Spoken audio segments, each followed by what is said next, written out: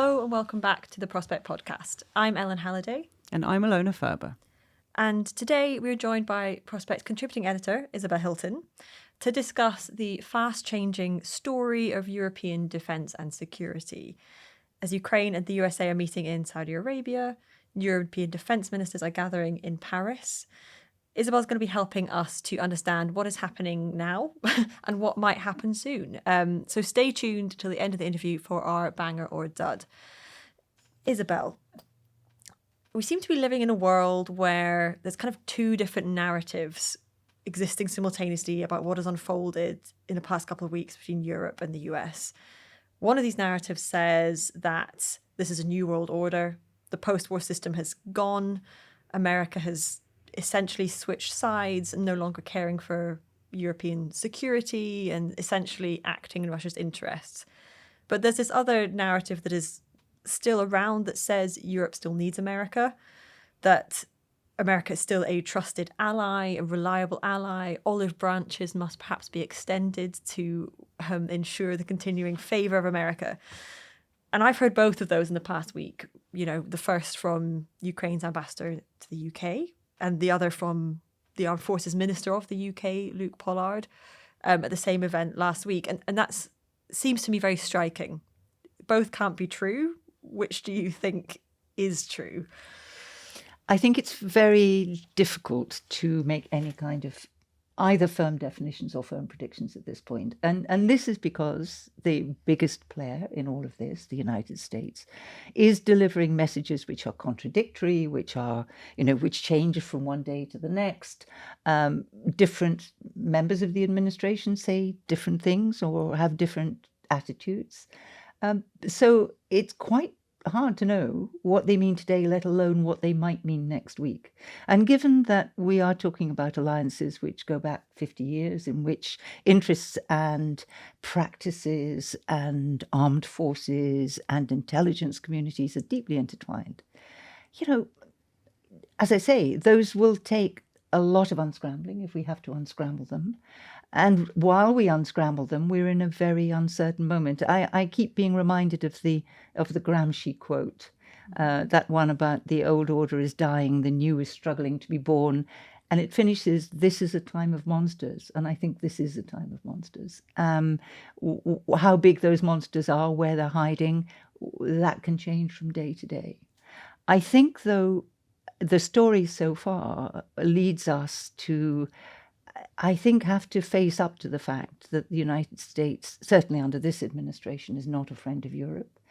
The United States under this administration seems to regard allies not as an asset, as the US has for 50 years, but as a burden to be either made to pay for protection in classic mafiosi style or to be told to disappear. And we are in that category. So what do we do? I think that while we are going through this messy process, we have to make certain assumptions. We have to think this is not going to self-correct. This could be the beginning of a completely new era. And we have to plan for that, because in security, you have to imagine the worst scenario and plan for that insofar as you can. That's what security is about. So we have to plan for the possibility that the United States is no longer a reliable ally. And that makes other pathways, I think, rather more evident and obvious. And we see evidence of people exploring those pathways right now. I mean, Ukraine, as we speak, Ukraine is headed for talks in Saudi Arabia with the US. Ukraine kind of has no choice but to have these conversations, I guess, with the Trump administration, given its position. And one of the most consequential events of the past week was the decision by the states to stop sharing intelligence with Ukraine, which has put Ukrainian lives in danger on the front line and across the country. There are reports that hundreds have died as a result, we know of already. Do you think, I mean, you've already said that you think that the US can't be trusted by its allies. Do you think that Britain can trust the UK with the US with information? And do you think actually the British government can no longer trust the Americans with intel, for example? Well, I'm sure that conversation is going on in intelligence circles, and what I would hope is going on it there is a kind of triage about what is shared and what is not shared. Because I don't think anyone can guarantee at this point that anything that is shared with the United States might not be further shared with Moscow. And certainly for Ukraine, that would be, or not only for Ukraine, for intelligence networks, for operatives. We have seen the most extraordinary carelessness in the US administration just in the past 3 or 4 weeks of sending lists of intelligence officers on open emails around. I mean, the most absolutely mind-boggling practices, which contradict everything that anyone in those services, is trained to do. So I think that for, reasons of carelessness, but also for reasons of intent, people must be thinking about it. When you get to the point where the German Chancellor says we cannot consider the United States an ally anymore and we must decouple, then we're in a pretty different world.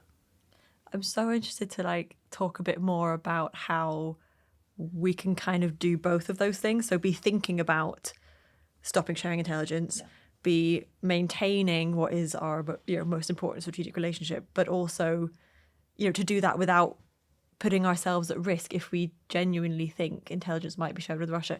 Doing both of those things at once seems pretty impossible, isn't it?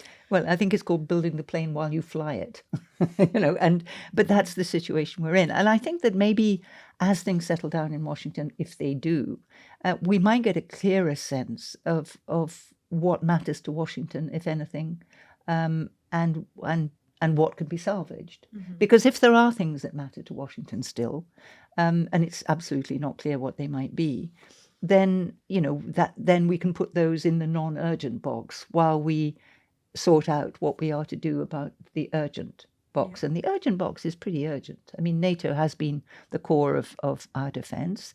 The United States' extended deterrence has been critical to the strategic picture, both in terms of discouraging proliferation, but also in, so far we haven't had a nuclear exchange so far. But these are important pillars of a system that prevented that from happening. So we can't just blow the whole house up.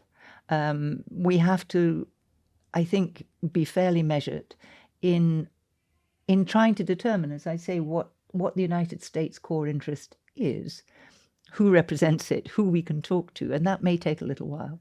But meanwhile, there are quite urgent things to do. Yeah. So if we entertain the idea that whether it has now or will in future sort of switch sides, if America was to be part of this sort of what people are talking about as sort of autocratic axis that includes Russia, that includes North Korea, includes China,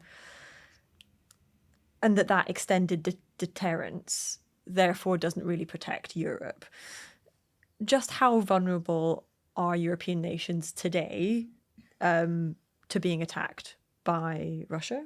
And how does that vulnerability look in a year's time, in 2 years' time? What's the sort of pathway there? There are many different ways of attacking a country. We are currently under attack from Russia in grey zone warfare and cyber attacks. We have had sabotage activities in Britain. Warehouses that supply Ukraine have mysteriously burned down. We are in that sense already under attack from Russia. Of course, the major attack that everyone would worry about is a nuclear attack. Now, there are 2 nuclear powers in Europe, France and the United Kingdom. France has a pretty autonomous nuclear arsenal. It can be delivered either, they have airborne and seaborne nuclear missiles. We rely on Trident submarines, and for that we rely pretty heavily on the United States. So our nuclear deterrent is heavily intertwined with the United States on the basis of our long-standing security relationship with them. It's not to say, the Brits insist that they could, if necessary, fire those missiles without being prevented from so doing by the United States. So I guess we have to take their word for it. But it's always been understood that this was a joint project, and that it's hard to imagine the circumstances under which Britain would make ready and deploy a nuclear weapon without close consultation with Washington. So if that is now to be the case, then that's a major departure. For the rest of Europe, there have been discussions just in the last couple of weeks about whether France can extend its nuclear umbrella, a substitute from the US nuclear umbrella, and France seems willing to do that. Those discussions will continue. There will have to be, there'll have to be fairly substantial investment, but, people seem at least willing to talk about it. Now, the third kind of attack is the old-fashioned invasion, ground forces, crossing borders, and so on. And, we have the frontline states, which are the Baltic states and Finland, and particularly Poland, which are extremely anxious about that and have responded accordingly. Those are the states where you see spending on defence at, in Poland's case, nearly 5%, where you see conscription. In the case of Finland, which has fought a war within living memory with Russia and won the Winter War, you have a defence system which is integrated with civil society, where citizens are keenly aware that defence is an important part of citizenship, and they support it.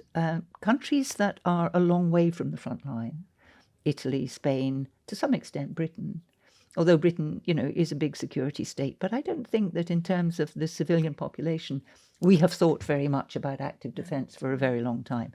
So again, that would be something, if that is to be the new situation, that is something that we would have to build.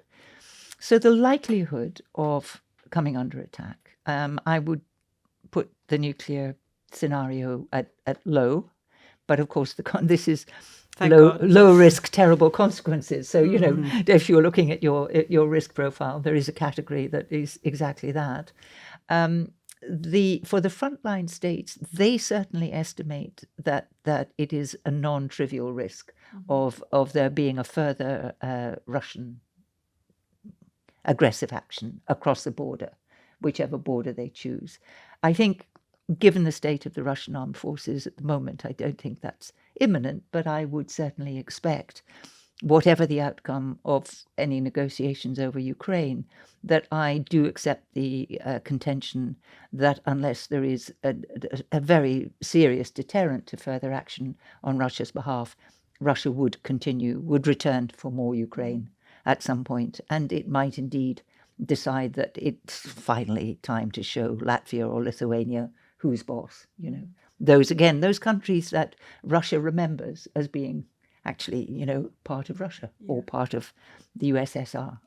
That memory could animate further action. Yeah. I want to ask you a little bit about the kind of espionage stuff and what Russia is sort of getting up to on that front, and why. There was a story this week. 3 Bulgarian nationals in Britain were found guilty of spying for Russia. The police described it as one of the largest foreign intelligence operations in Britain. So you mentioned, warehouses storing stuff meant to be destined for Ukraine being set on fire and things like that. But what is Russia trying to? These kind of espionage activities, how are they related to the war in Ukraine? What are they about exactly? How does this relate to kind of like the bigger Ukraine picture? Or are they separate things? Well, I think the ones where you're attacking warehouses are fairly evidently related to the war in Ukraine. There are other things, there is the cutting of cables in the Baltic and the risk of British data and energy cables being cut, the sort of surveillance that is tracked through Russian, quote-unquote, research vessels or fishing trawlers or submarines, mapping out undersea infrastructure. It's partly showing that you can. It's partly collecting evidence for when you might want to. In the case of the Skripal affair, for example, it was revenge. It was, there's a traitor, and we are showing the cost of treason. That was not the first defector who has been murdered on British soil. That was the Salisbury. That was the Salisbury killing. But Georgy Markov was murdered with a poisoned umbrella. These are identifiable old Soviet bloc or Russian tactics, using materials that can be tracked back. They're attributable. So it's partly saying we're here, be careful. We have capacities that you can only guess at, and we will use them, and we will deny it to your face. So it's saying, we are a power to be reckoned with. And then, there are specific objectives like the support for Ukraine, which are just targets in a wider war. I think also that it's a lot of it is, as I say, collecting the kind of information and expertise that you might need if we come to a more direct confrontation. It would be quite useful to be able to destroy or damage or grossly interrupt both the flow of data and the flow of energy into a country that you were in a confrontation with. You don't even need to be at war. You can disrupt, you can harass, you can distract. All of these things need intelligence. They need the kind of operation that we see going on. So we talked before about the kinds of threats that Europe might face from Russia. If America is no longer something that Europe can rely on, what kinds of fighting forces and defense forces can Europeans what would they need to fill the gap from America having kind of left the equation? There are a large number of US troops on European soil. They've never been called upon to go into action in Europe, but they were there. Again, it's a relic from, particularly from the Cold War. It's not that European armed forces are negligible. Europe collectively has a much bigger GDP than Russia, a much bigger population, a much greater capacity. It's that if you take a kind of piece out of a jigsaw puzzle, there is a hole. The picture isn't complete. And if you take a large piece out, the United States, it's partly that NATO has always been led by the United States as the kind of biggest player. So all the command and control has been traditionally done by the United States. The kind of, the integrated operations, the interoperability, there a lot of it uses American kit. We, as we've discovered, rely quite heavily on the United States for the hardware of intelligence gathering, so the spies in the sky and all of that, and some of the software also. So these are pieces that would have to be compensated for. It's not that other countries can't do it; they've just partly lost the habit, or they don't do it to the scale that might be required. There is a willingness at the moment to scale up, and what I think will happen in terms of the European response is that it won't necessarily be within the kind of boundaries of NATO or indeed of the European Union for separate reasons. NATO because we are very used to US leadership on NATO. Plus, NATO includes countries like Turkey and Hungary who simply may not feel that they wish to join in an effort that is directed essentially against Russia. The remaining countries of NATO, I very much do feel that. So they may organize themselves in different configurations around that mission. And we've already got some configurations of that order, like JEF, which is a group which includes Britain, the Baltic states, which looks at certain aspects of security around the high north, around those sea corridors from the high north, between Iceland and Britain and into the Atlantic. And that's, a particular set of defense needs, which is very much related to Russia. And which very much concerns that set of countries. It's not in competition with NATO. It's not, it's not trying to do anything, that would damage NATO.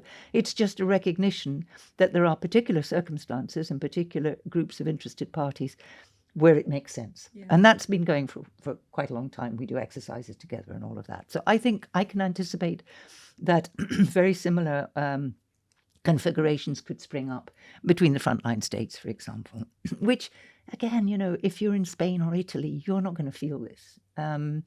But if you are in NATO and you're Spain and Italy, you can contribute in other ways, but you probably don't, you can't mobilize your population in support of a theatre of war, which is a very long way away and which is in competition with other kind of expenditure needs. The European Union, which has had a conversation which goes back 30 years on external policy, on foreign policy and defence and security. The European Union is a fine thing in my view, but it was set up to lower tariff barriers. It was set up to manage trade, to build common prosperity. It was not set up as a strategic entity with strategic ambitions. Because it's now so big and important, there is a sort of expectation that it will have those, it will have that profile. But, it's very problematic getting 27 countries to agree on the price of fish, let alone, what tank we should all be buying. So that isn't necessarily the right shape for a common defence. So again, there is a kind of common will, if you like. But in terms of enacting that will, I think it would be much more economical and probably much quicker just to kind of build coalitions around particular needs and work that way. And that will involve already a lot of coordination. For example, I think the French weapons industry is going to do quite well. Some British industries are going to do quite well because, as Chancellor Merz said, we are going to have to decouple from the United States in Not quite yet, important Chancellor, ways. but soon to be. Likely. Nearly Chancellor Merz. We will be looking to supply with our own. We don't want to be held hostage, as Ukraine has been in the last couple of weeks, by a hostile US administration. I mean, some of the phrasing that you used there seems to be being echoed this week in European defence ministers meeting in Paris, and there's this phrase, a coalition of the willing, that's being used that seems to be, separate to kind of the EU for sure, but also separate to NATO. So I think that's interesting that there now seems to be there does seem to be a mindset shift. There is now a contingent that calls themselves willing, and the question is what they sort of do with that will. There has in the past been talk of a European army, and it's a sort of concept that people still discuss. But the idea of having a military that you can deploy where and when you wish is pretty sort of key characteristic of a sovereign state. So there's also been arguments against it.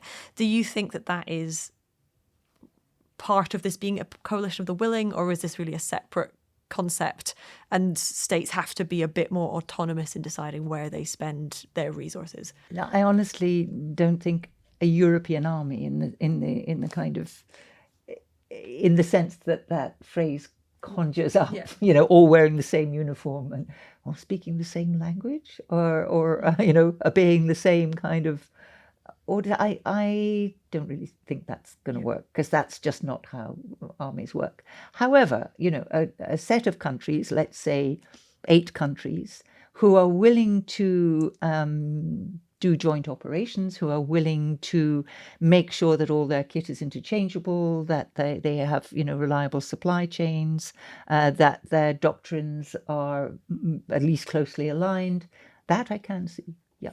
So this interoperability question, which is a word that we've heard more of in recent weeks. Absolutely. Because, you can't, if you have to draw on personnel from different countries, it does matter that they know each other, that they know what to expect, and that that when you give an order, it's understood in the same way by all parties. It's not the first time. The D-Day landings, included the United States and Britain. I mean, a lot of a lot of military history is about armies coming from different countries working together for particular objectives. This would be longer term, and certainly there would be room to improve and to practice. But I don't think a European army in the sense of one unit. No. You speaking of alliances, Isabel, you wrote for us recently about this idea that the US is trying to split Russia and China's alliance. And this kind of explains Trump's cozying up to Putin. You argue that it's a misguided strategy if that's the case, because there are just too many shared interests there and it's not necessarily going to work. What do we know about China's sort of response to all these things that have been happening, with the US getting closer to Russia and Russia kind of managing to get what it wants, it seems, when it comes to Ukraine. What's the Chinese response to all of that? I think it's pretty head spinning in Beijing as well. I don't think that China would have wished the world to be like this exactly, because in the end, China needs the global order, and China needs to be able to trade. China, wants countries to be prosperous and keen to buy its stuff. So a world in which disorder is paramount is not really what China wanted. That said, if there is going to be a disordered world, this one isn't bad for China, because this is a world in which, the long-term vision that Putin and Xi Jinping appear to share is that Western power is in decline, that liberal democracy has had its day, and that this has created opportunities, as they put it, not seen in 100 years, for Russia and China to remake the world according to their own ambitions and their own interests. And to do that, you have to take on the hegemon. You have to challenge the United States. The United States somehow has to be weakened. Well, if you have Trump in the presidency weakening the United States all by himself, if you're China, that's really pretty nice. I really don't think that the United States is going to succeed in persuading Russia that its interests lie with the United States and not with Beijing, for any number of reasons. There is a long border, they are neighbors. And if you were to look at the United States now and say, okay, I'm going to ditch my closest partner and my most potentially dangerous neighbor in favor of an administration that has 4 years to run, less than 4 years to run, maybe less than that, when there might be another election which reverses this, why would I do that? And actually dealing with somebody who might change his mind tomorrow in any event. I think that Russia's not going to abandon its relationship with China. And as far as China is concerned, maintaining that close relationship with Russia allows China to present itself as the steady, responsible power. The United States, you can't trust them.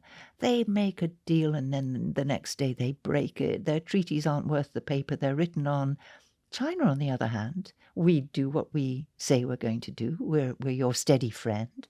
We don't go around the world looking for wars.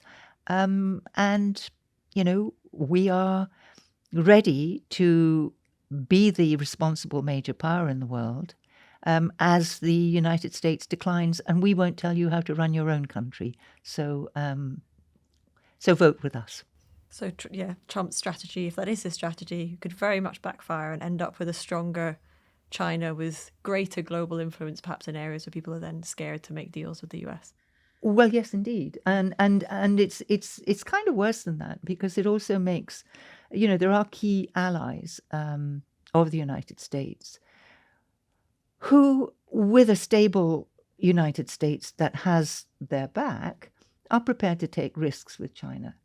But if the United States is not stable and no longer has your back, why would you do that? So that's the problem with Trump's approach to alliances. And one example is AUKUS, which is the security and defence arrangement, which is now 4 years old, between Australia, the United Kingdom and the United States. And the headline part is that Australia will get nuclear-powered submarines.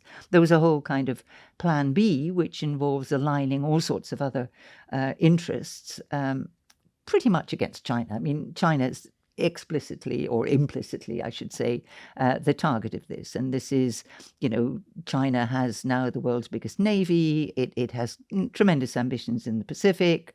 Australia feels, nervous, as it well might. And this was an arrangement which involved, will involve 20 years of investment and coordination, close coordination between industrial sectors, very complicated thing to do, and requires long-term planning and stability. And AUKUS is a provocation to China by Australia. China is Australia's the biggest trading partner, and it's also, relatively close neighbour. China could make life very awkward for Australia. Australia is willing to do that if the United States is by its side. But is it now? And you could, that's a particular example, but you could look at the situation of South Korea or indeed of Japan, those are countries that China reads as, proxies for the United States. They put them under pressure when they feel like it. And again, are they willing to take risks now when you don't know what the United States is going to do tomorrow? So these really have quite profound effects, not only in the Euro-Atlantic theatre, but also in the Asia-Pacific theatre. The United States has been a kind of linchpin for a lot of these arrangements, most of these arrangements. And if you take that linchpin away, then, the structure gets very shaky. Has Trump said anything about AUKUS? Is that one of the things that has come up in any way in his I had the distinct impression he doesn't know what it is. Let's hope he doesn't remember. So maybe he won't get around to it. And if they can keep it from him, please nobody tell him about it. It'll just keep going. Well, thank you to Isabel for joining us, and thank you to our listeners for tuning in, listening, watching, wherever you're doing so. You can read more about Isabel's writing on Trump's reverse Kissinger, and of course all of the latest developments on our app or on our website at prospectmagazine.co.uk. And stay tuned for a special episode hosted by Isabel and with climate negotiator Peter Unwin and the playwrights of Kyoto that Isabel will be guest hosting next week. If you enjoyed this podcast, then do leave us a review, but that's all for now.